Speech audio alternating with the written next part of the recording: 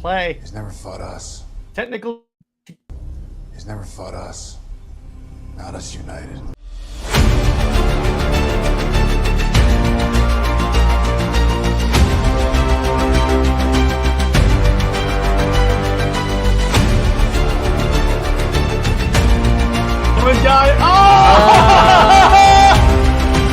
My favorite moment in this entire... Maybe I should complicate this before I start speaking here. Welcome to Movie Night, where we talk about any comic book movie voted by you or by us. So, what we're going to do today, because we missed one last week because that was my dad's birthday and I wanted to spend time with him, we're going to do a double feature. So, we're talking about Justice League versus the Authority, and we're talking about Batman versus Robin. So, to talk about that, I got my boys. I got... All the hopes and dreams of Krypton live in you now. What's up, Teladia? What's up? What's up? I've been playing Batman Arkham Knight with the Heck Flash yeah. Batman team. Yes.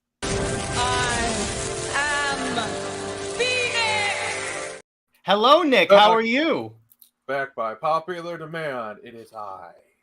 Batman. Yes. He missed the last stream, guys, where it was popping off. So, we're going to start with Superman versus the Elite, which is basically Superman versus the Authority / the movie version of what's so old-fashioned about Truth, Justice, and the American Way. Which, by the way, can I say one thing? It's very hypocritical for Superman fans to freak out about like changing the underwear or the Lois Lane marriage, but they're all good with changing the Truth, Justice, and the American Way motto. I'm just saying. Yeah. It's really dumb. Yeah. So the concept of this story is that there's a group of superheroes called yeah. Thanks, lad. I appreciate that. And what's up, Lawrence? Master Sergeant. Just how many Robins have there been? Seems odd that they were all supposed to take up the bat, but a non-Robin wound up doing that. Well, So yeah, let's break it down. So yeah, go ahead. All right. So as far as Robins, and this is canonical, this is not. Carrie Kelly is not included in this. So there has been Dick Grayson was the first one, then Jason Todd, then Tim Drake, then Stephanie Brown took over for a hot minute, and then there's been Damien. So essentially there has been 5 mainline Robins. Yeah, essentially. And Dick Grayson was really the one that was being groomed. I know, wrong term, but that was being prepared to take over for Batman. He was the one that was supposed to take up the bat. Yeah, he's the one where like there's actually been like I think at least 2 or 3 times throughout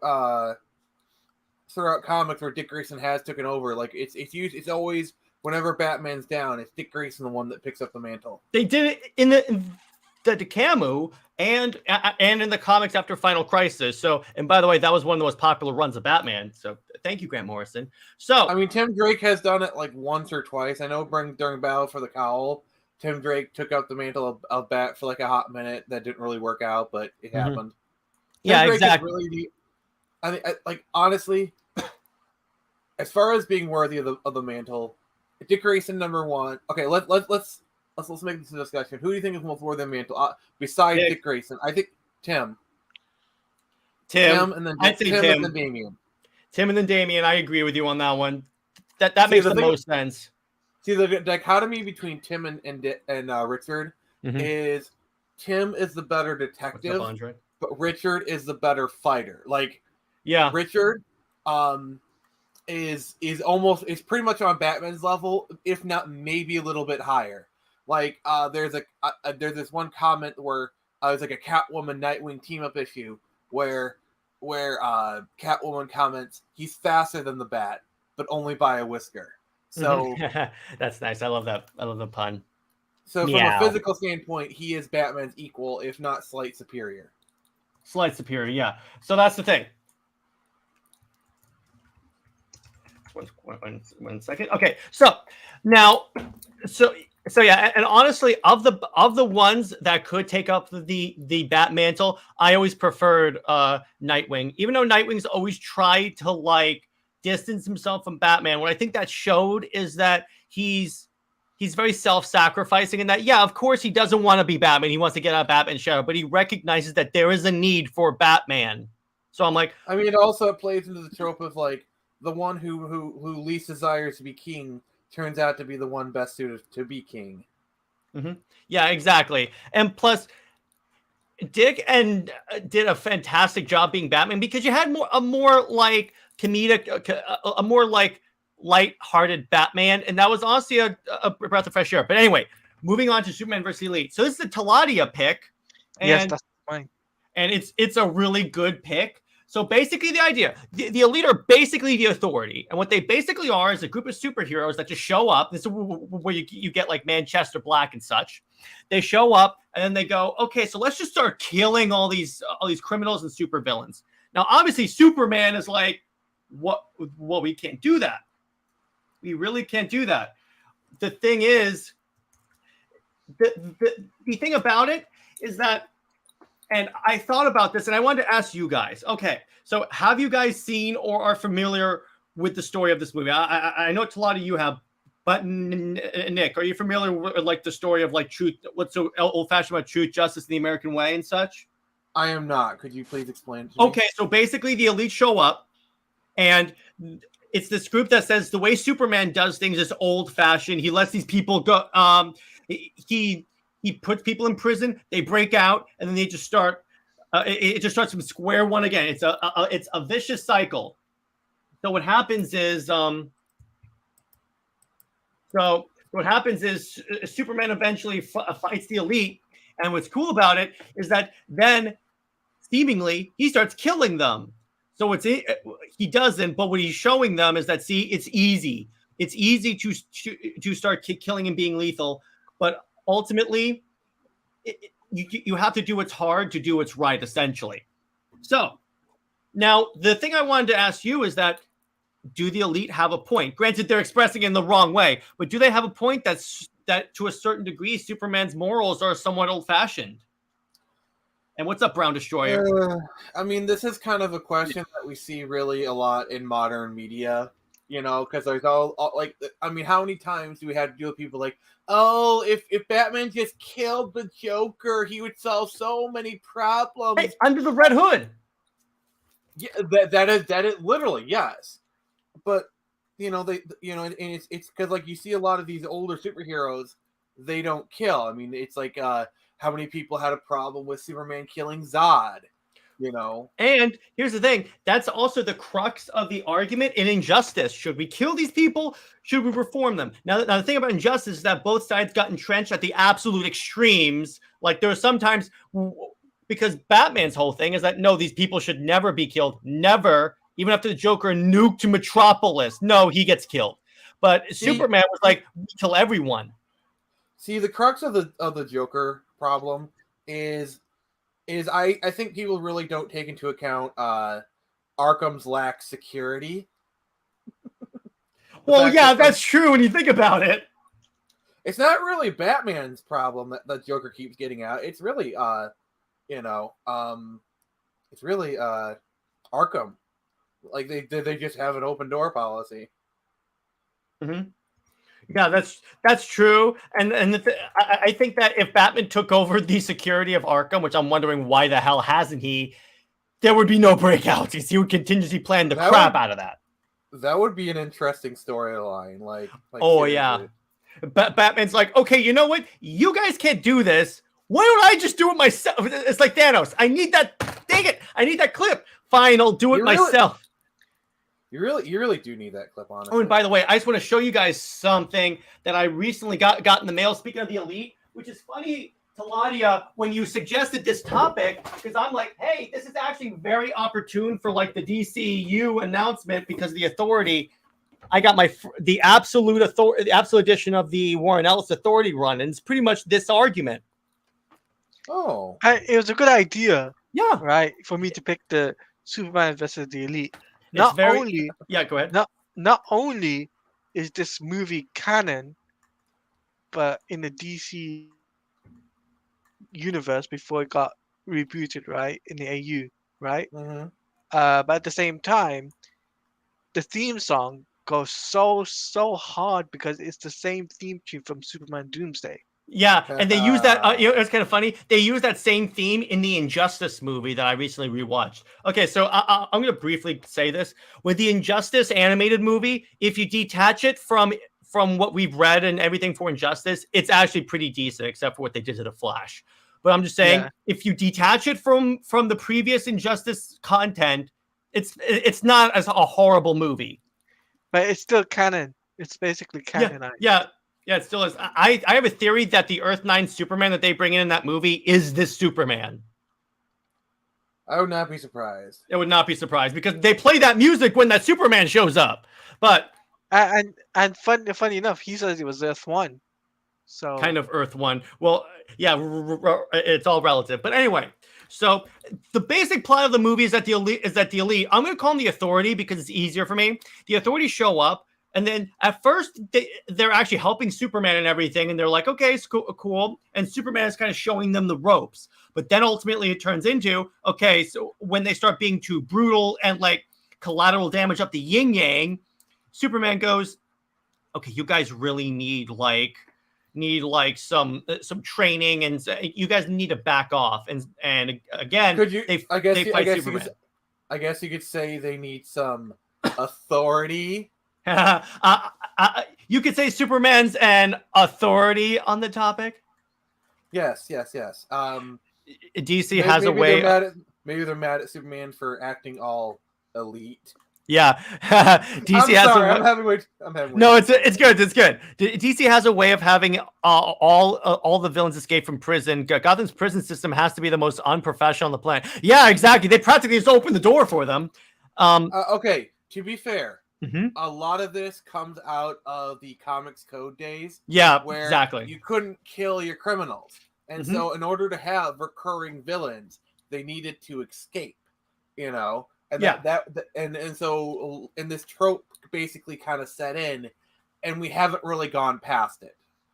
Because if you kill your villains, or because it's like you couldn't, villains had to be defeated. Like, and also you couldn't kill them. So it's like you would run through your villains and all your core villains in like a month, kind of thing. Yeah, that's where the trope comes from, by the way. Great. I would love an Elseworld story where it's just where they actually do kill the villains and then see how much more peaceful the DC universe gets. But anyway, and then Brown Destroyer. There is storylines where Batman does kill the Joker. I mean, that the Batman Who Laughs. Like the one where he snaps the Joker's neck in the Batmobile. And Brown Destroyer. I don't like vanilla Superman. Post-crisis Clark Kent has more stand-up guy than Goofy. Pre-crisis Clark, especially Golden Age one, was Goofy. Yeah, when you look at the Snyderverse, he was clearly inspired by New 52 / post-crisis Superman. Post-crisis Superman was really serious. Like, seriously. Yeah, that's what he's saying. That's what he's saying is that post-crisis Superman was the way to go, where pre-crisis was just goofy. I mean, if you want goofy Superman, read some of those Silver Age stories, the stuff that, like, oh my gosh, him pulling a chain. He goes, so Superman Returns won't work in 2023. We tried that, and the movie didn't do so well. And I mean, hell, Superman Returns didn't work in 2007. So yeah, and here's the thing: and Teladia, I want to ask you about this. I don't think James Gunn is making straight up like the Christopher Reeves version of Superman. I think he's doing a more modern. He's doing a more modernized, but obviously with the trunks. I have a feeling he's going to use the trunks, right? I don't know. I think he is, right? But I also think, at the same time, I think he's having that twist of the New 52 universe on it. Didn't have the trunks, but the point. But you know what I mean with that twist of, like, his age range, because you gotta remember, like, this story is already taking place where Superman's arrived on Earth, right? And the major villain for this film is going to be Brainiac. I'm so happy that we're finally getting Brainiac in a movie. About freaking time! Yeah, and like this is going to be a young Superman. This isn't going to be an old, like, Christopher Reeve age. He clarified that, and he said it's not like he's going to be like 20 something. Or at least he's going to be like younger than 30. Yeah, so he'll be in his 25, 24, 25, I would Yeah, say. yeah, we'll see what happens. So anyway, Yeah, back to the topic. but back to the topic. I think Superman versus the Elite, though, Yeah. when it comes down to this movie, the thing that really grasped me is Superman's morality. Yes. His morality at the end, you get to see it fully fleshed out, and the voice acting is done so well. I think it's Oh, Tim yeah. Daly who did it, Yeah. or George And Newman. I'm not too sure. here's the thing, and this movie did it well. What I've always said about Superman, and I said this when Tom Taylor tried to say that John Kent's a pacifist. I said, here's the problem with that. Clark Kent Superman is not a pacifist. What Clark Kent will do is he will go to lengths to avoid violence. Like he uses violence as a last resort, of course, but he's not like, if push comes to shove, Clark Kent is prepared to throw hands. Yeah. If you use the And trunk, he'll be somehow molded. Yeah. Mhm. Yeah, Go ahead, Nick. Yeah, like he's like, you know, it's like you remember the World of Cardboard speech. He has to hold himself back, you Mhm. know, because it's the hard like it's the hardest thing for Superman to do is to hold a teacup. I swear, in the DCU, can we please get a, or like in the Snyderverse if it comes back, can we get a scene where Darkseid goes, where Superman's fighting Darkseid and he goes, I live in a world filled with cardboard, but you can Yeah. Oh my take it, God. won't you, big man? Oh my God! If they do that speech, hype mode. The whole speech, and he punches Darkseid through a building. I'll be like, no, hell no. yeah. Darkseid and Superman on Apocalypse. That Oh, fight. and he Hey, just, Superman- you see buildings like falling over. No, like Superman lifts up a rock and literally flattens it on Darkseid's face. That'd be so good. Oh, Because or he puts his hand, covers the Omega beams, and Mhm. Darkseid's head all Mhm. melted away. Do you remember that? yeah, that'd be so cool. And M Wombat, yeah, exactly. The Authority is based Yeah, on the that's Elite. That's why I'm calling them the Authority, because they're basically that. Yeah, that's why I chose this film, because You chose it well, dude. You chose it I well. chose, You I have chose betrayed it us. I had I'm sorry, I just want to say that. Yeah. that. So It's a genius idea. It's just like, you know what? Authority is in the slate. Why don't we talk about Superman versus the Elite? Great Yeah. film, great cast, and furthermore, this shows how the character should be portrayed Mhm. in live action. and by the way, this is my favorite. Short of All-Star Superman, this is my favorite Superman animated movie.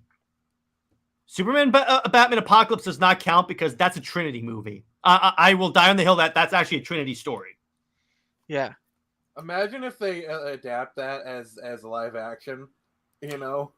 Batman talking down to Darkseid. Hell yes! Also, Gina Carano playing Big Barda. Oh yeah, absolutely. Why not? She looks like Big Barda. No, she's done with Hollywood. Yeah, that's true. But if it could happen, great. The Authority movie's gonna be fire. I mean, let's be honest. If Hollywood called her, she would answer. Master Sergeant, what? You're behind on a lot of stuff, but get Yeah, it, watch it. It's so good. Watch it. It is so It's good. so excellent pick, Teladia. Originally, he had picked Superman Doomed, which is Superman Doomsday, yeah. yeah. Which okay, I was fine with that, but then I realized okay, there's a Death of Superman movie in the Decamu, so it wouldn't make it would be like we're retreading old ground to do that. Yeah, so I was just like, okay, well, Superman versus Elite, another works good great. pick, another good pick.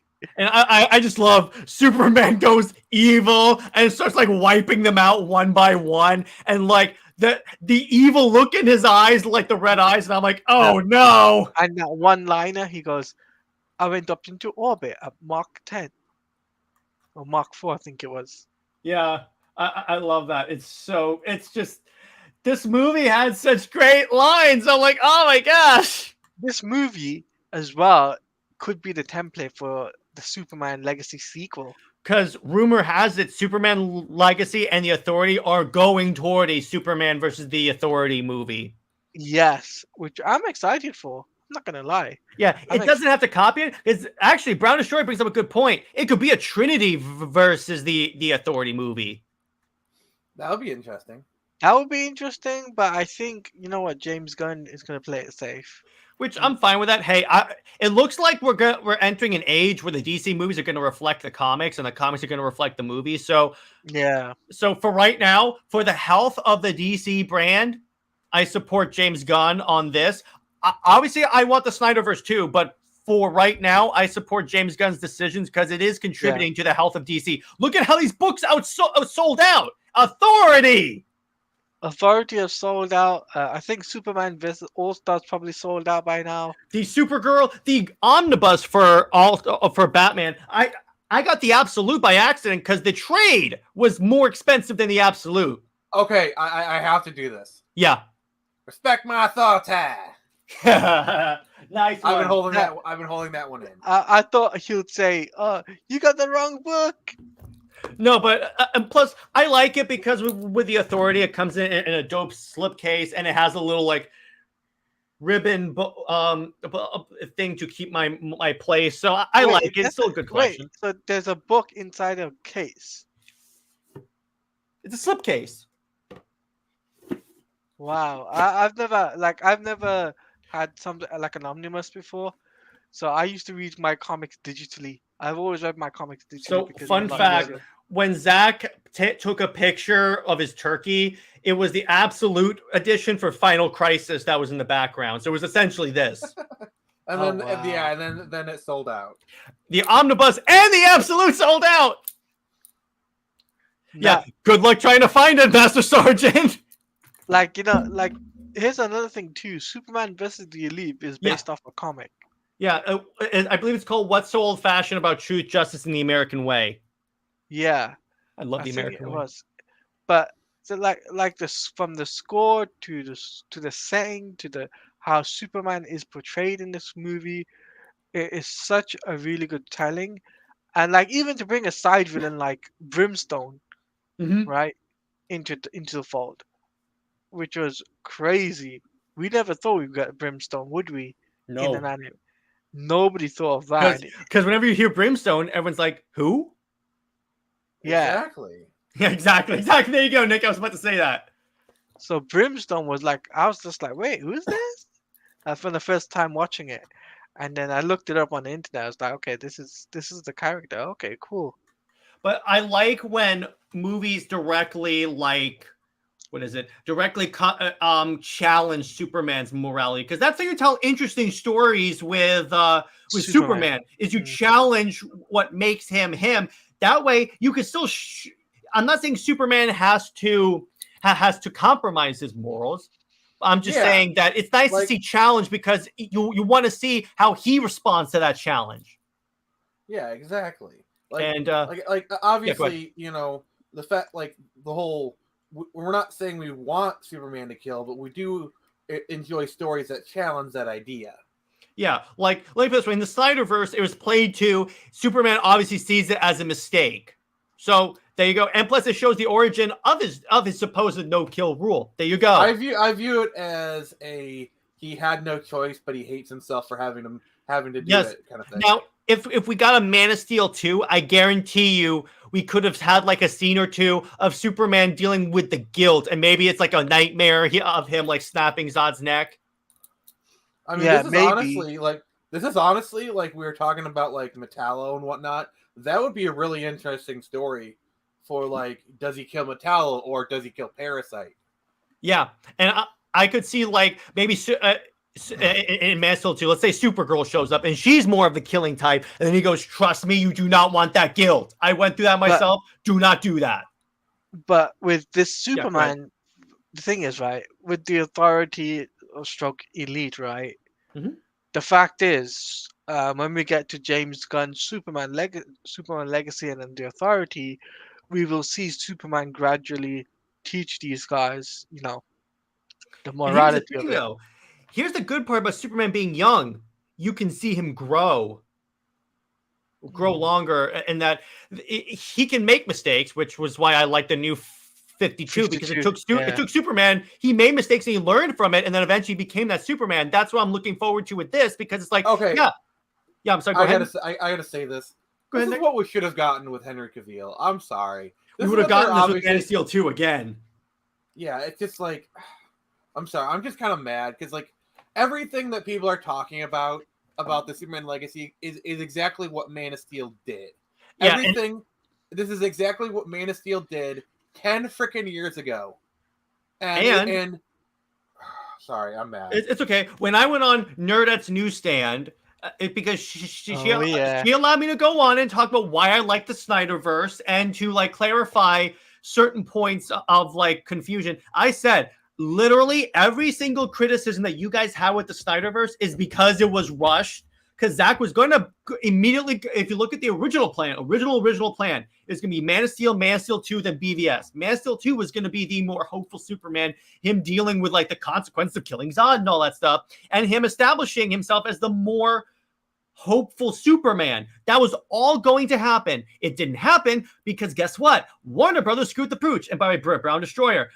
Man of Steel 2 was all about this. It was all about this. Like honestly, like the Superman, like him being so adamant about no killing, that just makes the plot of BVS that much more sense. And look, remember when he's fighting Superman, what does he say? Stay down. If I wanted it, you'd be dead already. He repeatedly, because we know Superman, if he wanted to, could kill Zod. And that's why we saw it. We saw in the earlier thing where it's like where Superman just stood there and the Batmobile just rammed into it and it flew off like a freaking pinball. Because he knew, he's like, you're gonna try to hit me with a car, asshole, you idiot. And by the way, since Lawrence brought up that Warner Brothers ruins everything, yeah, second Warner Brothers. There you go. And by Teladia, I will send that to you so you can have that clip. And Nick, if you would like it too, you can have it too. You're sharing. You need that because I think all of us, since we spend so much time ranting about Warner Brothers, need that clip. So we're gonna do it. Plus, who doesn't want a little more Zack Snyder in our lives? But anyway, no objections. That's why I always am really that's why I get pissed off against people that are anti-Snyderverse, because I'm like, literally, and by Nerdette asked me because I told her he didn't write BVS and he didn't write Man of Steel. Those two movies were basically given to him. And she asked, which ones did he actually write? And I said, well, he didn't write any of them, but the ones that he had the most story influence is the Snyder Cut, in which she admits that she likes the Snyder Cut. So I'm like, the movie that you liked was the one that was most written by Zack Snyder. Yeah. Oh, holy crap. It's like we were right all along. We were right all along. And I told her, literally, normally I don't make absolute statements, but literally every single criticism levied against the Snyderverse, oh, he doesn't understand Superman and all that stuff, it's all was forced on him by the previous regime. All of it. Also, remember, David Goyer had influenced a lot of the scripts, and he is like a lot of the edgelord stuff. I blame on Goyer. It was definitely Goyer. It was definitely Goyer, and a little bit on Goyer Terrio. write BVS? No, that was Chris Terrio, but a little bit more on Terrio's fault. But remember, they were going to bring back Charles Roven for Man of Steel 2 with Henry Cavill for this next film, which that is not happening, which is I'm sad about because Charles Roven is a really good producer. But and remember, again, I always tell people, I think that if we had gotten the Man of Steel 2 before BVS, no one would have called Henry Cavill the edgelord Superman, because you would have had this great movie where he's like the more hopeful Superman, and then that hopefulness is challenged in BVS. That's really what it was. My other favorite complaint, and then I'll get back to the movie, is I love that line from BVS where Superman says, "No one stays good in this world." I think that line would have hit so much harder if we would have gotten a Man of Steel 2. Yeah, because it would have been. Yeah, but what's interesting, my other favorite thing is that when people say Superman never saved anyone, I'm like, he saved the person in the helicopter. BVS, there's a montage of him saving people, like pulling the ship, saving the rocket ship, bringing that lady down from the airport, from the burning building. He saves people the entire time. Just you guys won't admit that he does. But anyway, why we wouldn't have this problem if Warner Brothers wasn't trying to be like Marvel? Exactly. And Brown Destroyer says, entire early Snyderverse hate comes from MCU fans and Marvel fans and normies who are just mindlessly following Marvel fans because MCU is successful. There's a bit of jealousy that came from Marvel fans. Yes, exactly, because they wanted it to. They're like, it's not a Marvel movie. And I'm like, do you see a Marvel logo on the movie? And you know what? Something the most hilarious thing is? What? If you sit a Marvel fan down and watch Man of Steel, they like it. Like I actually watched this video. Yeah. Where it's like I think I showed it to you, Jared. I don't remember this was like a while back. Where a Marvel person and a bunch of other people, they sat down and watched Man of Steel, and they freaking loved it. There was a video of Marvel fans watching BVS and Zack Snyder's Justice League, and they loved it. Exactly. I'm like, guys, it's not that hard. But by the way, I think Superman versus the Elite would have made a fantastic plot for Man of Steel 2. And especially with like the quality of Marvel nowadays, Yeah, I think the Snyder DC films are due for reevaluation. and they are being reevaluated. Have you noticed about like Rotten Tomatoes are saying we were wrong about Man of Steel and BVS? But anyway, the reason why I say that this would have been great for Man of Steel 2 is because you have Superman who has taken a life, and then you have these elites that are so cavalier about it, and then Superman could say, "Listen. Trust me, I did the same thing. It doesn't work. It didn't make you feel any better. It doesn't work." Yeah, I could definitely see this as a plot for a Superman movie. So, but coming back to Superman versus the Elite, right? Yeah. I think I think the dynamic between Lois Lane and Clark Kent is really there. You could see it. This is there. another tolerable Lois. This is another tolerable Lois Lane. We have a Chloe shipper. We have a Chloe shipper in the house. Yeah. At which point? Wait, what?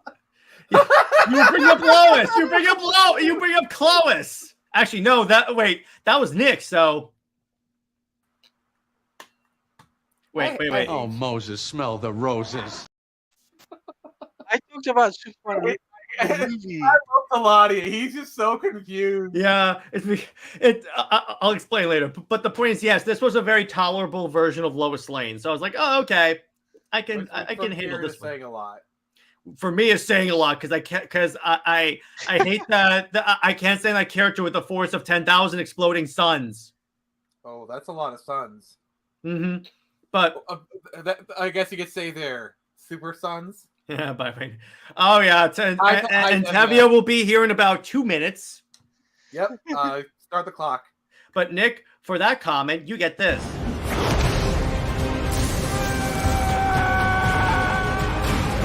You think you can threaten my mother? That's so cool. I love that moment. So yeah, but my point is, okay, I'm calling it now.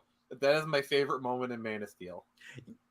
My favorite is when Zod goes, "If you destroy this ship, you destroy Krypton," and Clark goes, "Krypton had its chance." Yeah, that moment's good. That's a good moment. Because that's when Superman chooses Earth over Krypton.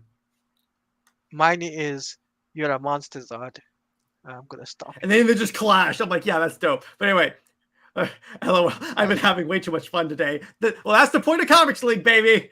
But the point of us having a blast on both streams. And by the way, I want to say one thing. I'm saying I said it on Teladia's stream. But I'm gonna say it now. We passed 450 subs. So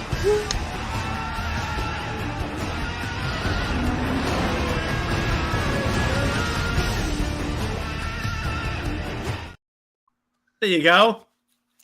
Now, so when you pass 900 subs, I'm gonna hand you a meme where it says it's over 900. No, you mean it's over 9,000? No, that's a joke because he's not. I mean, once he passes 9,000 subs, he's gonna be playing that clip. Dude, my favorite moment is when Superman's the first flight, and the best part of Zack Snyder's Justice League is when Superman first shows up. He first shows up against Steppenwolf because when the fight starts, they start playing the music from First Flight. By the way, I love that song. Yeah, that's such a. There was this great video. I think I dropped in the group chat once of a baby watching that first flight, and it's like so happy. It's so excited. Oh, speaking of superhero songs, did you watch the Wonder Woman song by Tina Gal video I sent you? Yeah, I love that one. Yeah, Tina Gal is fantastic. Oh, Tevye's gonna be pissed. James Gunn confirmed that in Superman Legacy, Superman is not gonna have a child. Oh, Tevye's mad. There you go. I just saw that. Songs for you. Wait, did you see that? It don't just see happened right now, and it said that Clark Kent will not be 25 years old, so he's gonna be a little younger and stuff. And Okay. what's up, Nick? Love you, dude. I mean, Andre. So I'm happy. Yeah, me too. Because I don't think Superman needs a kid, but that's just me. In the movie, didn't Superman actually remove Manchester Black's powers instead of just pretending to? Yeah, but he did, Nick. It's so badass. Okay, so what he did is you did like the laser brain surgery through his eyes. I've actually seen that clip. I've seen it. Yeah, and I'm like, okay, again, that's why I'm like, okay, Superman could defeat practically anyone because he can do that precise of a power. And I'm like, oh, that's cool. He actually took away Manchester Black's powers. But fun fact, in the comics, Lex Luthor steals Manchester Black's powers, and that's how the secret identity is put back. So, guess what? What? We will get any major casting announcement in the next 6 months. James Gunn said yes. Oh, okay. So we'll finally find out. Well, I mean, to be fair, San Diego Comic-Con is literally within 6 months. So, I mean, my response to that is no crap. To quote Nick, it's that whole clip you always play that's like, of course! Oh, yes. Yeah, the clip from Street Fighter. Mm-hmm. What's I'm Teladia? I'm looking for that tweet that you said that he has no sons. Here. It's in Spanish, but I'll just I'll do this. So what type of surprise announcements do you think we might get from San Diego this year? Because okay, I see it. He said that time. Oh, sorry. He says, "I never said Clark is going to have a child." Yep, there you go. So my prediction is he's going to unveil the next Batman actor. Who do you think is going to be universe? Do you think it's going to be Bruce Wayne, or do you think it's going to be Dick Grayson? Bruce. It's going to be Bruce. Come on. Because the book that's specifically being recommended by DC is the one where Bruce first is the son of Batman arc where Bruce first meets Damien. That's why I'm saying that. While we're on that subject, Oh yeah, we might as well transition. So now we're gonna go to You're welcome, Teladia. Batman versus Robin, otherwise known as the Court of Owls storyline, because it's pretty much the Court of Owls. New 52 Court of Owls, by the way, guys. New 52. Yeah, New 52 storyline. I have 2 of the 3 parts. Fantastic. Scott Snyder and Greg Capullo. Wait, you don't have the 3rd part? No, I don't have the 3rd part.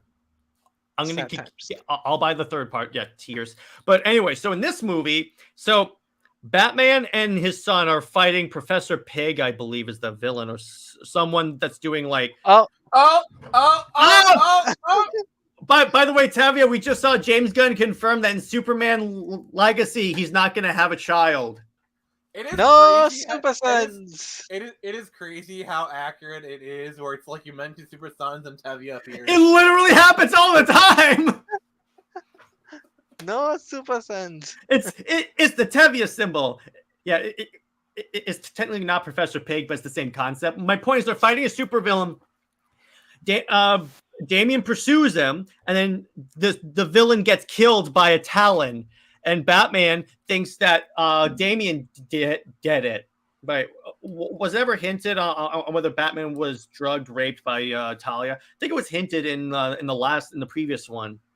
Yeah, in some I don't know if it's still current continuity, but in some older continuities, I think in the Decamu it was actually canon. But I'm not sure if it's canon to the current continuity. Mm-hmm. Yeah, that's true. So, and this is basically the introduction to the Court of Owls, and it's like right there. Yeah, they even recreate like the moment where Batman shows up in the big ass suit and goes, "Get out of my cave." Oh actually, you know what? I'm gonna pull up that thing and actually read it. Hang on. All right. Here's my Batman voice, and I can be as loud as I want because no one else is in the house. Get the hell out of my cave! Okay, it may not be my best Batman impression, but get out of my cave. Okay, so Tevye says worse. That's even worse. Tevye says, which I'm not surprised because Superman Legacy is supposed to be an early Superman career.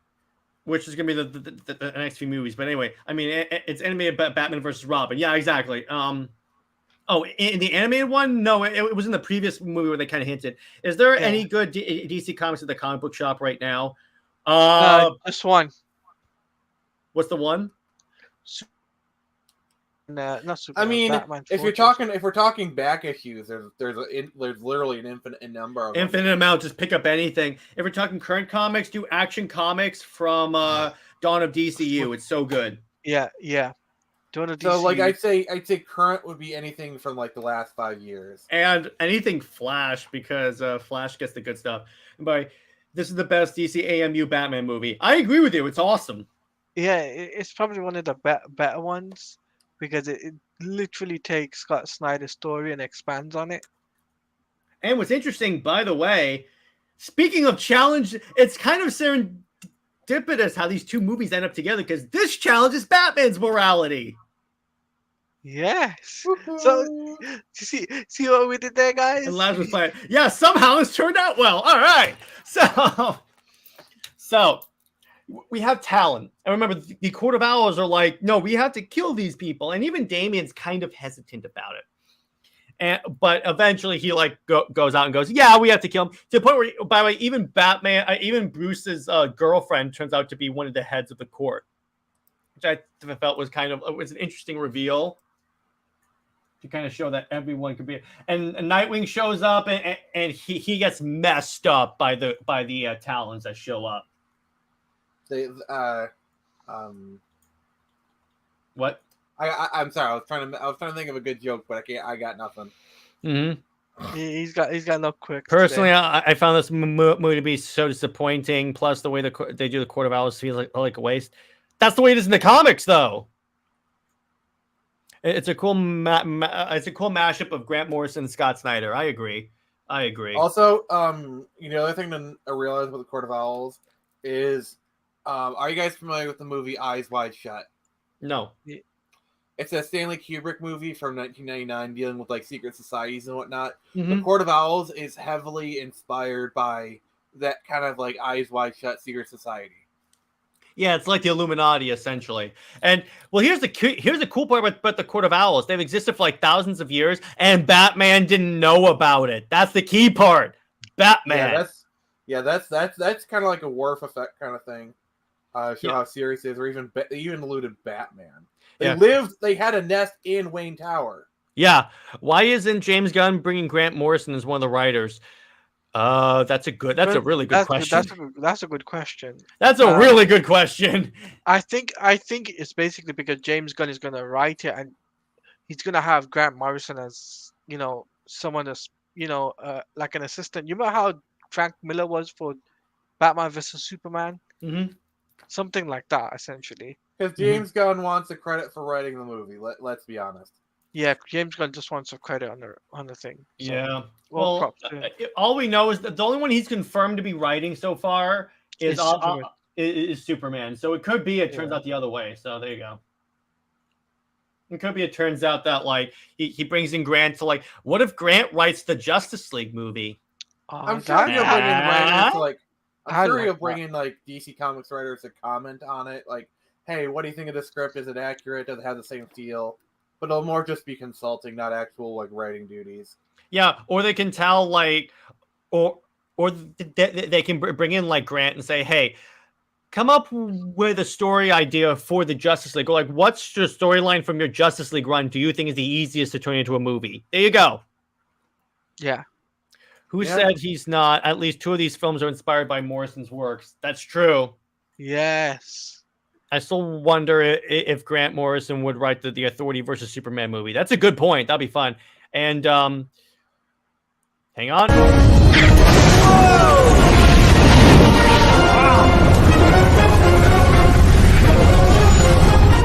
Bring the heat. What's up? You should use that a clip of saying "Flame on" and. Since I wanted this one because the fire encompasses the whole thing. He's like, whoa. But anyway, so we're talking Batman versus Robin and the introduction of the Court of Owls. Very solid movie for what the camera was going for. But the Court of Owls was always a Nightwing or Rick Grayson story. What's up, Lawrence? I just feel like, okay, this is for the Camu in general. Nightwing always got the short end of the stick outside of Judas' contract. Mm-hmm. Nick, what do you think? Just ask me again in a second. Yeah, this is a big red flag, though. As much as I like what James Gunn is doing, this is a big red flag. Please don't write. Do not write a Heroes in Crisis movie or a Wally West movie.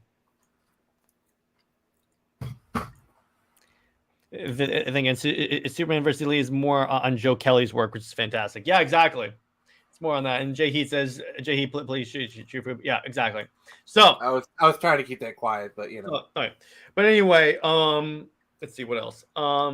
Yeah. So again, I like how this movie is like combining two different like eras of well, what's a red flag? The idea that Tom King is one of the writers of this new DC universe, and I'm like, no, boy. As someone that remembers his Batman Heroes in Crisis debacle, even though the good thing about Heroes in Crisis is that it gave me more ammunition about what a horrible person Lois Lane is. The Camo ended way too early. So many characters and other great stories. Yes, exactly. I think they ended it because Poor sales. Yeah, exactly. Mm-hmm. There was no reason to end it. But anyway, so in terms of like, so we've talked about the idea of the Court of Owls. Now, what's interesting, JJheat, is that we literally arranged it. So we're talking about Superman versus the Elite and Batman versus Robin, both movies that challenge the protagonist's morals. Somehow we arranged this way. Somehow Palpatine returned. Gosh. Unlimited power. Unlimited power. But anyway. Well, no. Jared is the one with unlimited power. I'm merely an apprentice. Yeah, I know. You see, here's how I know I have unlimited power. I can just do this. Jared, if you're going to say it, say it. I knew you were going to do that. I knew it. Unlimited power. Help me, Anakin. I'm too weak. Help me. I can't hang on any longer. It's too dangerous to be left alive. This is why he Oh my needs god! I'm too weak. Don't kill me. Please, not the Jedi way. He must live. I need him. No, please. No! But anyway, back to DC. We're getting way too off topic for that. I mean, we're having a fun time. Yeah, we are having a fun time. But let's see what else. I also like how this is a Batman story that doesn't involve the Joker, because too often the Joker's the main antagonist. Another thing too. You don't like my fancy rosebuds? I prefer going out on a high note. Another thing too. Okay, with now this, my ears hurt. with the Batman versus Robin movie, right? Yeah. The protagonist, right? Mm-hmm. Antagonist, I should say, which was Talon, right? Great Talon, villain. yeah. Was really twisted. It was really, it was nifty twist on that. Well, he's a twisted version of Batman, essentially. No. Like in the movie, it's completely different to the comic. Oh yeah, because it wasn't like there was this one Talon that was like hunting Batman. No, it was just the court themselves. Yeah. Also, here's a wrinkle that I really like. Dick Grayson was supposed to become a Talon. Like basically, the Talons are the Grey Sons. Yeah, actually in the Tales of the Dark Multiverse Hush storyline, Grayson is a Talon. Oh, and he's known as Talon. But well, I would assume that would be his name. Yeah, of course. But yeah, I always love that, Nick, how and then they show that in the comic that like it was the Batman saved Dick from becoming a Talon. It's such a cool way to like, because when you think about it, Grayson was pretty much like set to be a Talon. I believe that's the purpose of the circus, is to train people to become Talons. I always interpret it as Tony Zuko. He comes from his wealthy family. He's part of the court, but he cut himself off literally to be with Richard's mother. Like, you left all that wealth and resource over a woman. Well, that's as good of a reason to do that. True. I'm just saying. Yeah, the dynamic between Bruce and Damien was fantastic. Umbrella Academy kid outcast as Damian Wayne. I think I know what you're talking about, and yes, I would cast that. And Ben Burns as Bruce Wayne. I don't know, but anyway. So now let me ask you guys this: which of these two movies did you think did the whole challenging the hero's morals better? Superman versus the Elite or Court of Owls? Superman.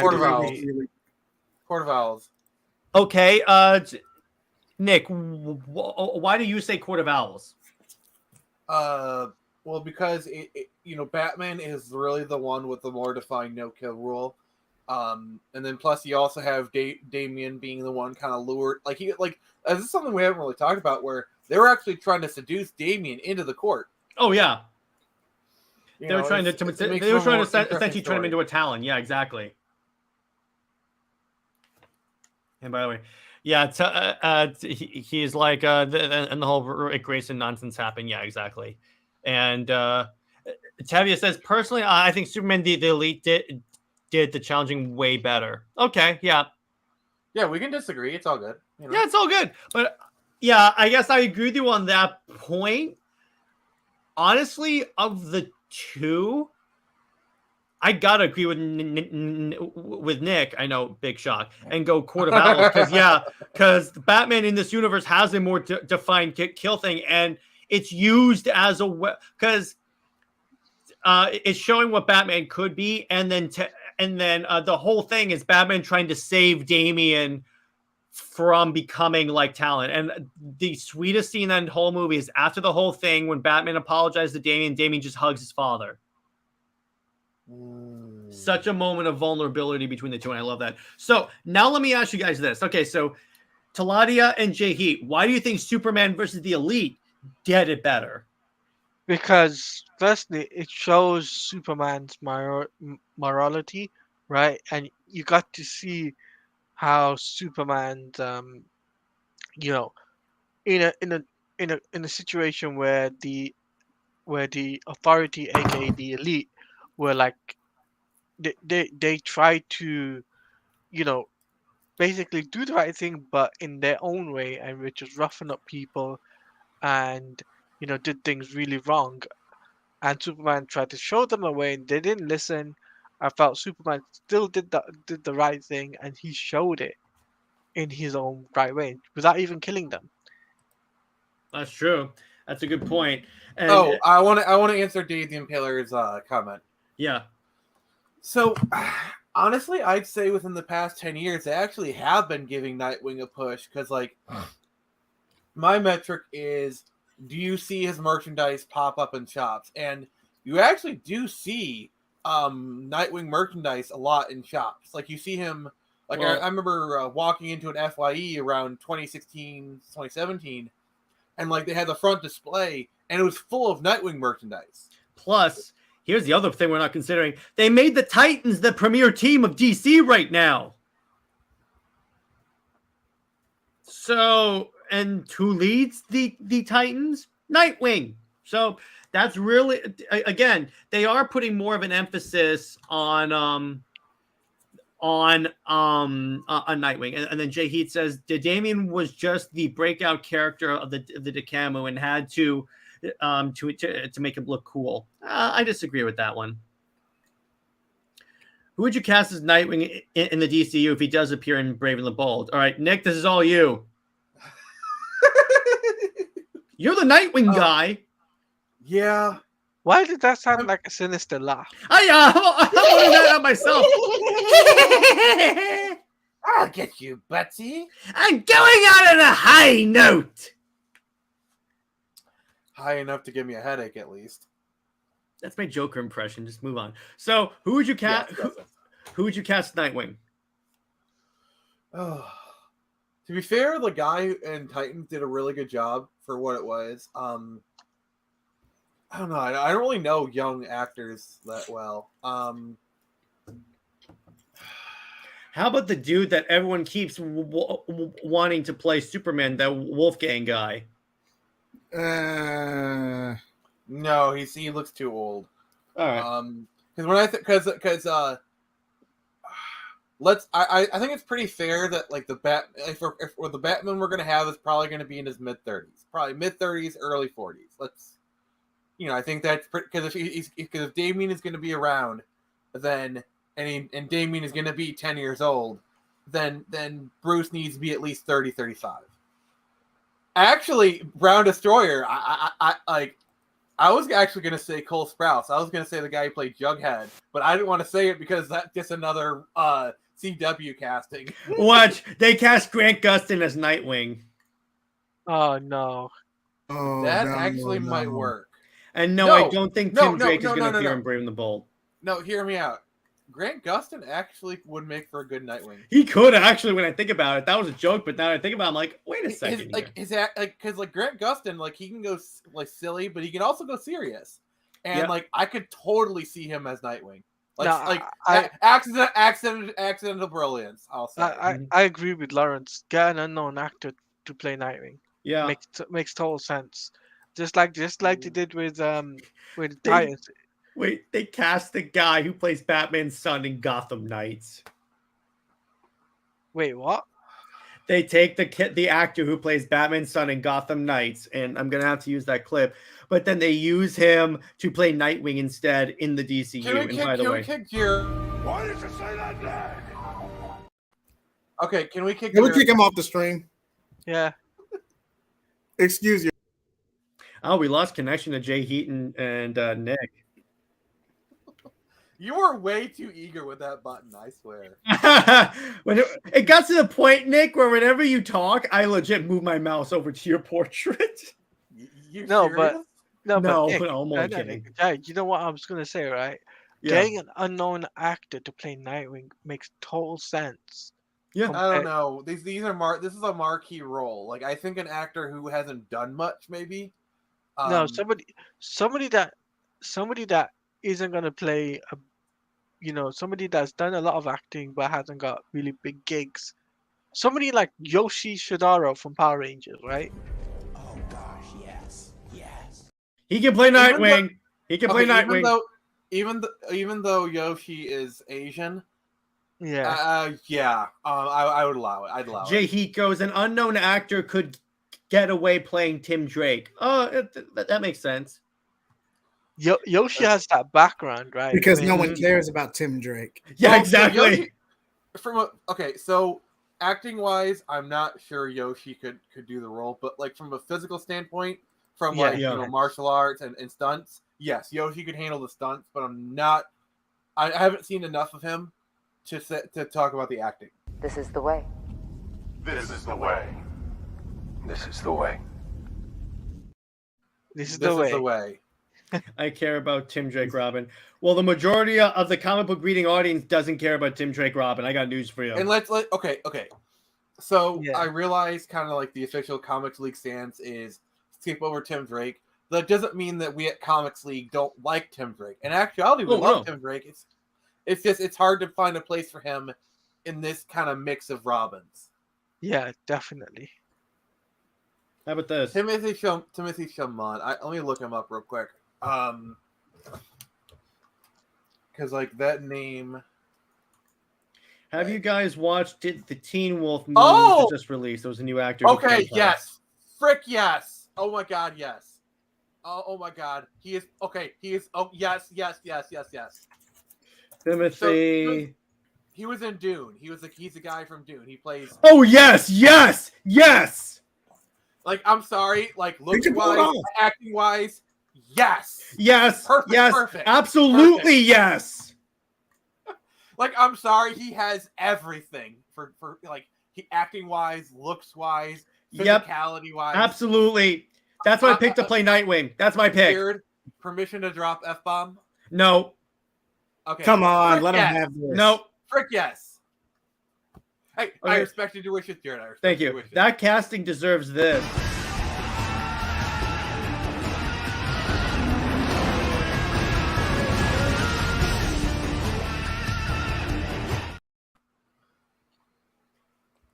Yeah. All right. So it's ironic that I just realized playing that clip. So the hashtag Sell Snyderverse to Netflix got 300,000. All right.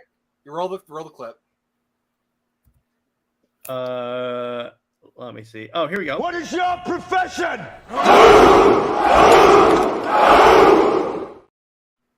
There you go. So, This is Sparta would have worked better, but I'm content. yeah, that's true. I mean, it could have worked like this. This is Sparta!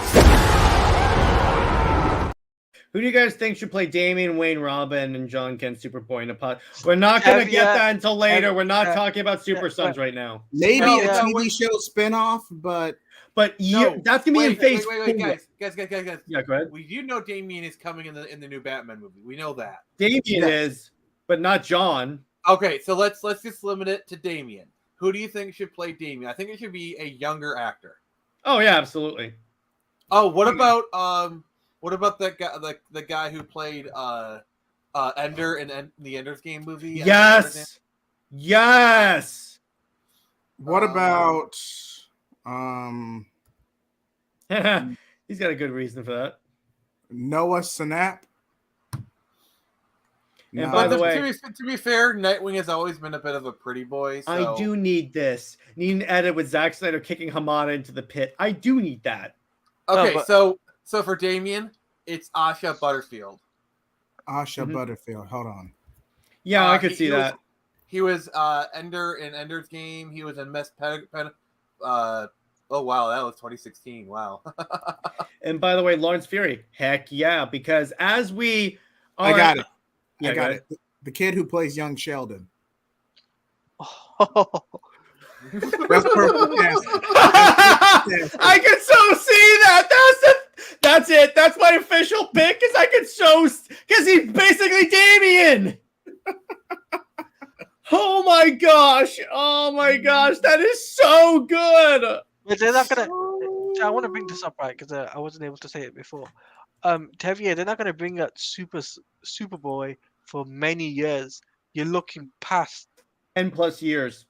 10 Best plus case years. scenario, it's a DeCambu situation where it's Damien and Connor. Best case scenario. Okay.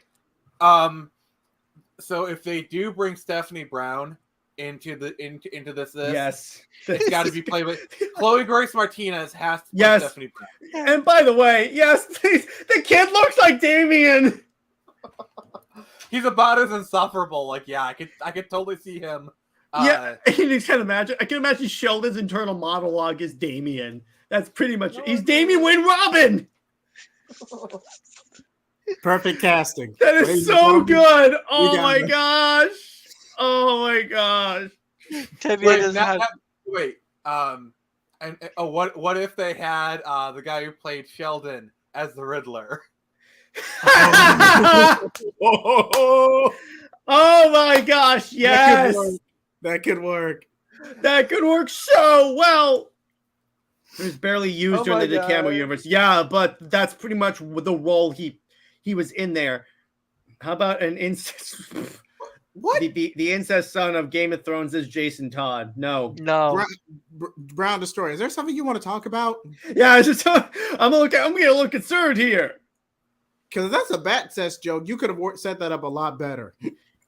Yeah, you could have just said the name. I forget the dude's name. Jeez. Bruce Timm. You could have just said Bruce Timm. That's it. Lawrence, what in the world? You can't tell me that wouldn't work. Young Sheldon as him as Damien. Oh right? my I gosh. can see that, and I can And see. imagine Sheldon. Damien and the Riddler have a scene together. Oh my gosh. I'm done. The internet would fracture in 5. That would be so funny. 3. And in the background they're watching Big Bang Theory. No, that's too much. That's borderline product placement. I see where your head's at, but that's blatant product That placement. would be so good. Oh my gosh.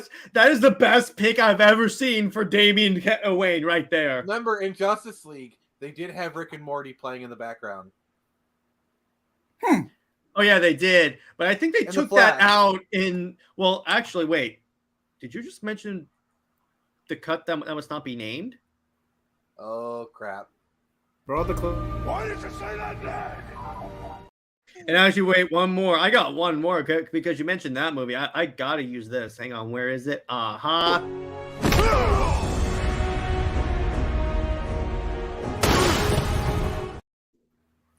deserve that. Yes, you do. Why would you say that name? How? Technically, I didn't say the name. Technically, I did. But can you imagine that young Sheldon saying this? I don't need some insipid costume and a bird name. I'm way beyond your kind of simplistic training. Perfect. Yeah, I can totally see him saying that. Oh my gosh, I was literally picturing it, and it's so funny. Oh my gosh, that would be so good. Oh man. Oh, imagine they get Grace McKenna to play Batgirl again, Barbara Gordon. Who's Grace McKenna again? Ghostbusters Afterlife. No.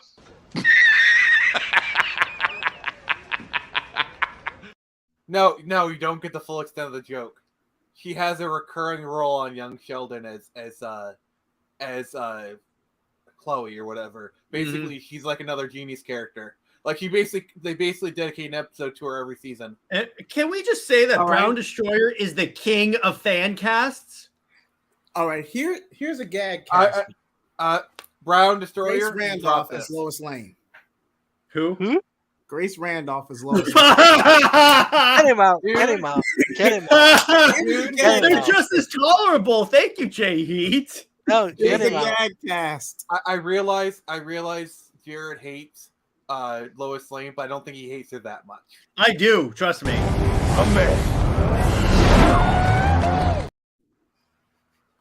I do.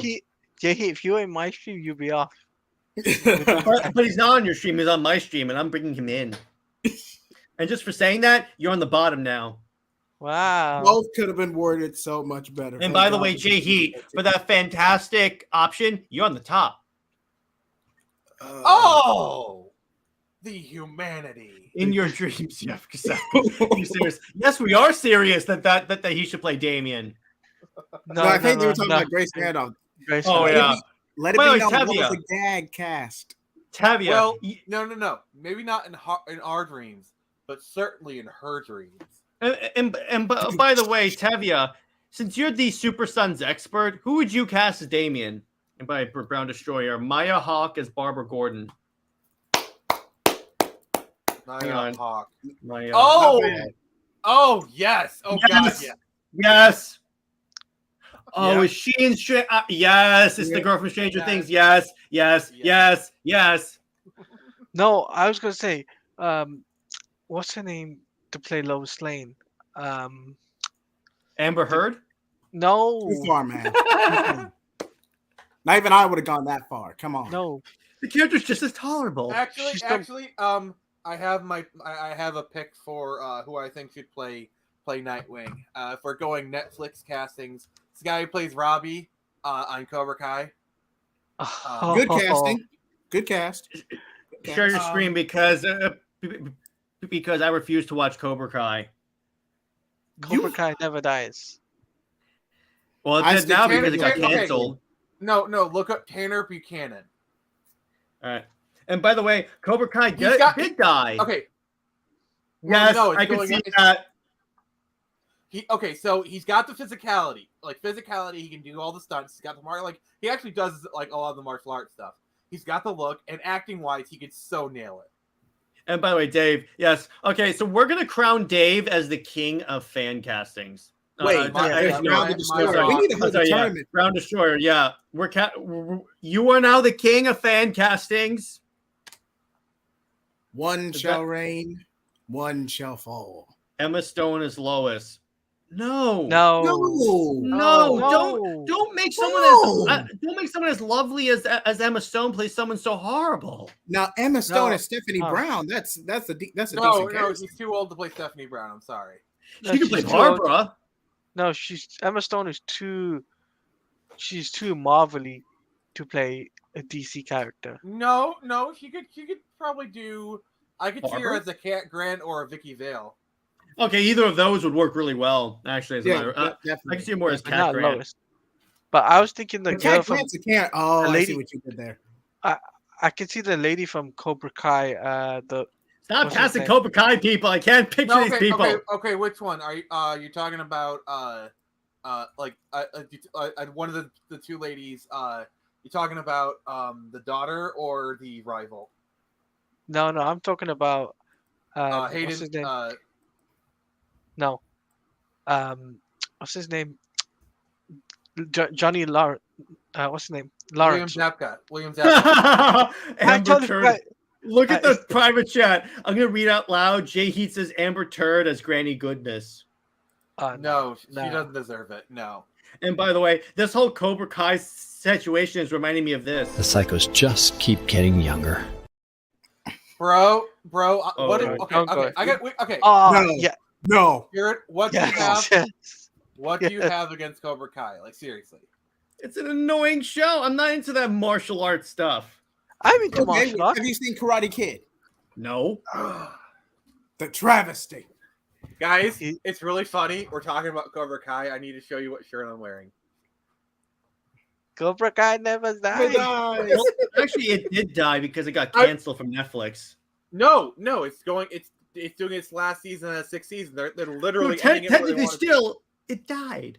No, it's you're, okay. I'm sorry. I got to push back on this one because literally their plan was to do 5 to 6 seasons, and the storyline is like if you watch season 5, it is definitely heading towards closure. Okay, so they're literally ending it on their own terms. How can you say something dies when they literally end the show where you want to? That's like saying True. That's like saying Justice League Unlimited died because it ended the show when it wanted to. That's like saying anything, you know. Yeah, whatever. And Lawrence says, but it's like Mighty Morphin Power Rangers. Yes, because that's not all martial arts. It's just like superhero stuff.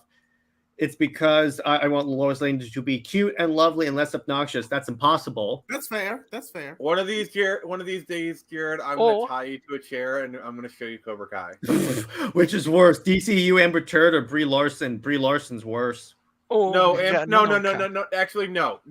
Amber Heard, because Brie Larson has not actively ruined the career of her male co-stars. Like actually, Heard, true. Yeah. Like Brie Larson is just a subpar actress and probably not a good person. But And Brie Karen. Larson has Karen. Brie Larson has not done anything anywhere close to what like Amber Heard is a psychopath, is a literal freaking psychopath, and is downright monster. Like I'm not saying Amber Heard is Brie Larson is a good person, but compared to Amber Turd, Yeah. Brie Larson is a freaking saint. Relinquish him to us, Mara, Or what? or we'll take him over your smoldering corpse. You are welcome to try. I love that, Mara. I'm sorry. I kind of got worked up a little bit there. Yeah, it's all Johnny good. Depp got done dirty. Yeah, exactly. So, I think great movies, and they both have that common theme. We're gonna try for our movie club discussions, do like more of like theme, of like trying to attribute a theme to it because it helps with it helps with the discussion of it. So, and okay, so Cobra Kai has a very comic book like tone. It's a great show. It's to Karate Kid with Top Gun Maverick as the Top Gun. I'm just not what. Cobra Kai is really for first 3 seasons. I would request Jared to watch it. Knowing Nick, that'll probably be one of the shows that I have to watch on his on one of his rewatch streams. Oh no, I wasn't considering it, but now I actually think I might. Oh, we lost connection to Nick for some reason. No, but like after we finish Avatar, next up is Battlestar Galactica. But after that, congratulations, you just gave me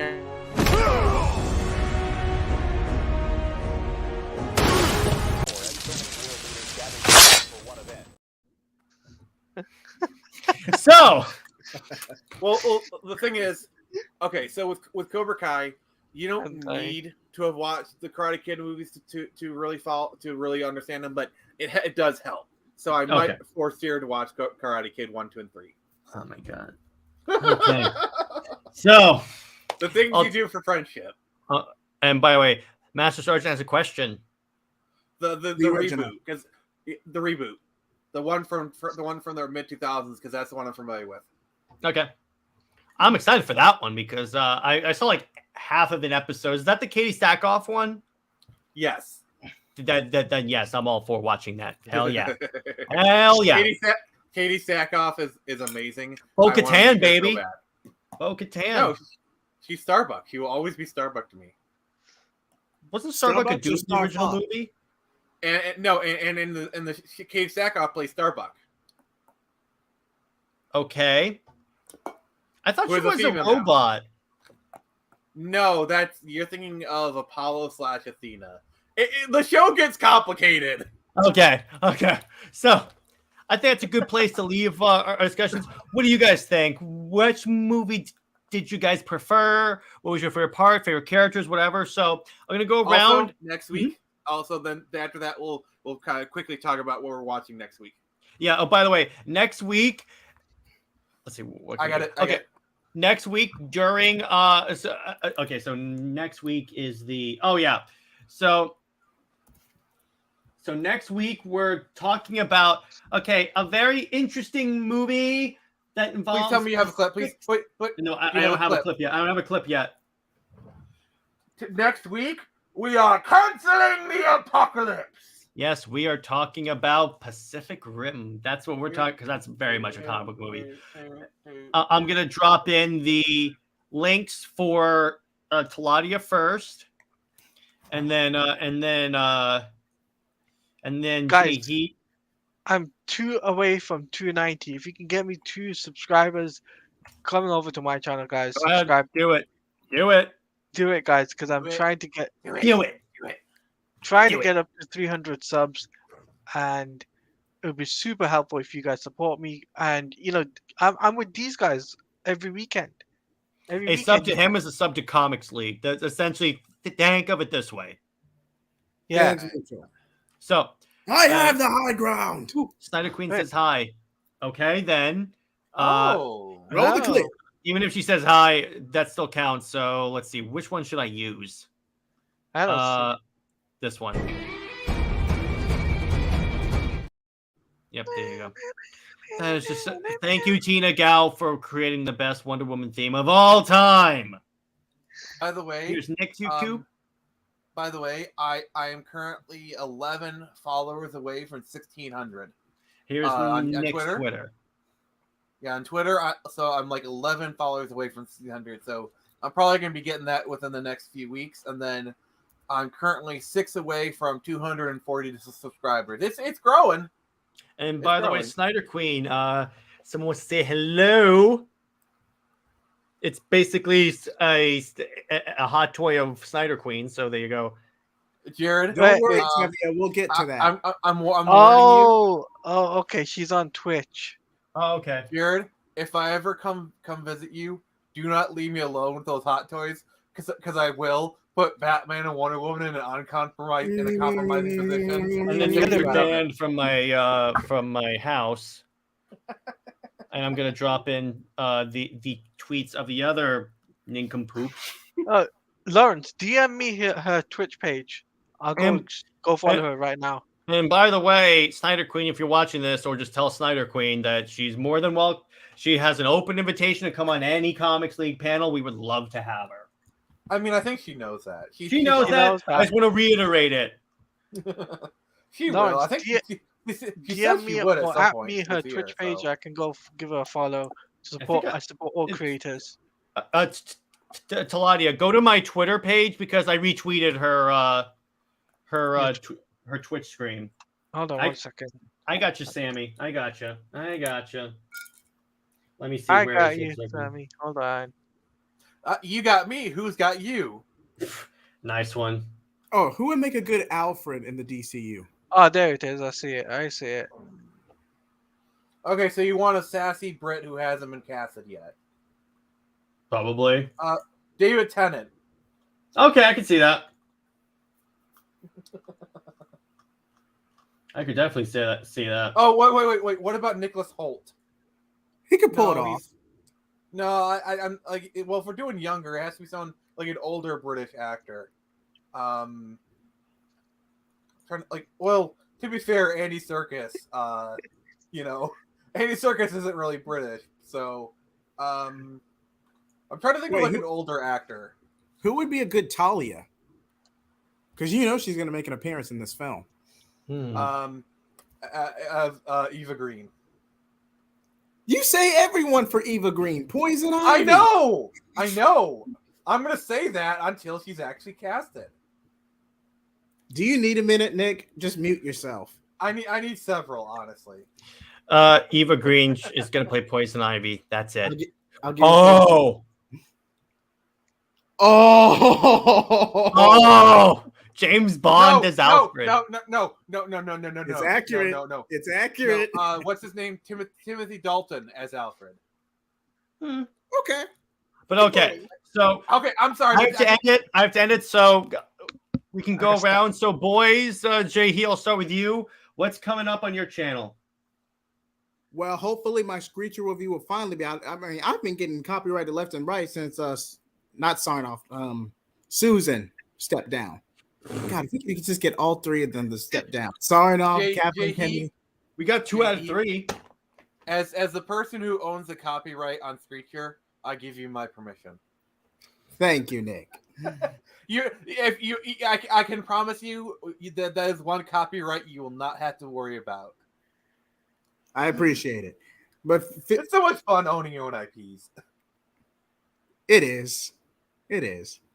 But I'm also more Star Wars playthroughs are in the works, and episode 2 is going to be a re-upload of the Dragon Ball one I did with Teladia. If I can get him available, if he's available. Yeah. Episode 3 is going to be Attack on Titan. Yeah, and I will be there. By the way, I'm going to be starting a Let's Play myself, actually. So Nick will go to you. Oh, wait, first. Ooh. He could do it. See that. He could do it. Yeah. I mean, he might be a little bit too big for the role, but I could see it. I could see it. So starting March 3rd, so premiering on March 3rd, I'm starting a new Let's Play. With Jared as part of the Peanut Gallery. I will be doing a Let's Play of Star Wars Jedi Fallen Order. Every success, every failure, every screw up. Mostly failure. Here to both cheer me on, jeer me, insult me, and just mostly insult you. I have a bad time. Mostly insult you. Yep. So it's going to be under the Super Split Screen Brothers banner, and that's going to be the replacement content when we finish up. Oh, also, the Avatar thing. We talked about this. We're going to be doing a live stream on the 26th. We're going to be live streaming the last 2, our reactions to the last 2 episodes of season 1 of Avatar. We'll be talking about it, and then that'll be cut down and then put as an episode on Monday. So those are the 2 big things we got coming up. Hello, Young. Yeah, I could see that. Oh my gosh, it's Elektra from Daredevil. Yes, I could see that. Oh, yes. Yes, she is Talia. Man, with Talia, I gotta be honest with you. With Talia, I always imagined a woman with kind of like an exotic flair to her. Speaking of that, Elvie has that to it. If you want to check the chat, JJheat has something. Gal Gadot is Talia. That's a downgrade for her, honestly. Yeah, that's true. She started off as Wonder Woman, and she's gonna go to But I do. Elodie Young. She could do it though. She could do it. I mean, in a vacuum, yes, she could do the role. If you saw a Red Notice, she's pretty much Talia al Ghul. Or even Fast and Furious, she plays a very Talia role in that. I love how you could clearly tell this was her first movie action thing because she's not that good of an actress in those movies. And then when she comes to Wonder Woman and BVS, I'm like, okay, so she definitely got acting help. To be fair, Wonder Woman is more like her own personality, so it's probably easier for her to play Wonder Woman. Like, no wonder she's delightful. I mean, yeah, if you see anything she's in, she acts like, he's basically playing herself in Wonder Woman. I swear, that's another dream is to get Gal Gadot in the show, but I'll settle for Zack Snyder. I I mean, if you get to like a million subscribers, yeah, you could pull Gal Gadot easy then. But so JJheat, so what I want to do is that when Zack Snyder comes on the channel, I'm gonna ask him, can I record you going, "Hi, I'm Zack Snyder, and you're watching Comics League"? And then if yes, can I put that in front of all of my content from now on? I'm sure he'd say yes. I'm sure he wouldn't have a problem. Oh, by the way, Gag cast Daisy Ridley as Stephanie Brown. No. No. Get the F out of here. Yeah, that's it. No, you're on the bottom now, dude. I mean, we're already getting rumors that they're gonna do a new Star Wars with Daisy Ridley, as if they did not learn their lesson. Yeah. So Teladia, what you got coming up on your channel, brother? Well, I just recently did a stream with the boys, and we talked about a lot about gaming and TV show and movies and all of that. I've got the podcast for Inside the Multiverse, and hopefully Jared might join us for that. 3 p.m. Eastern tomorrow, live with myself and DC Comics Gamer. And I also got like a video possibly talking about the comic tie-in stuff for Suicide Squad Killer Justice League. So it was a great show. We enjoyed it. I am going to. Well, chances are she's not recast yet. Who would you cast DiCaprio? And by the way, I do want a hug from Gal Gadot. Yes, please. I mean, we all do, men and women alike. Let's be honest. We all do, and I'll have her sign the base of my Wonder Woman hot toy. Oh, she would do that in a heartbeat. She would so do that. You kidding me? I'm gonna have, if I ever get to meet Momoa, I'm bringing my trident and asking, "Can you sign my trident?" Oh, yes. In which case, that is going to be right there, right next to me every stream. So, and then so let's see. So, also, I gotta say this: if you ever get Zack Snyder on, you have to have him do the second Warner Brothers live. No, what I'll do is I'll have him in the back, and then I'll be like, "Okay, so we have a very special guest on the show today, probably our biggest guest of all time. And here's a hint on who it is." Yeah, second Warner Brothers. The only thing I say is make sure he aware of it, because like he might not be comfortable like with that, kind of. Or thing. I'll just pick another one. I'll pick a better one because there's plenty of funny Zack Snyder clips. I mean, if he's okay with you playing the clip, that's fine.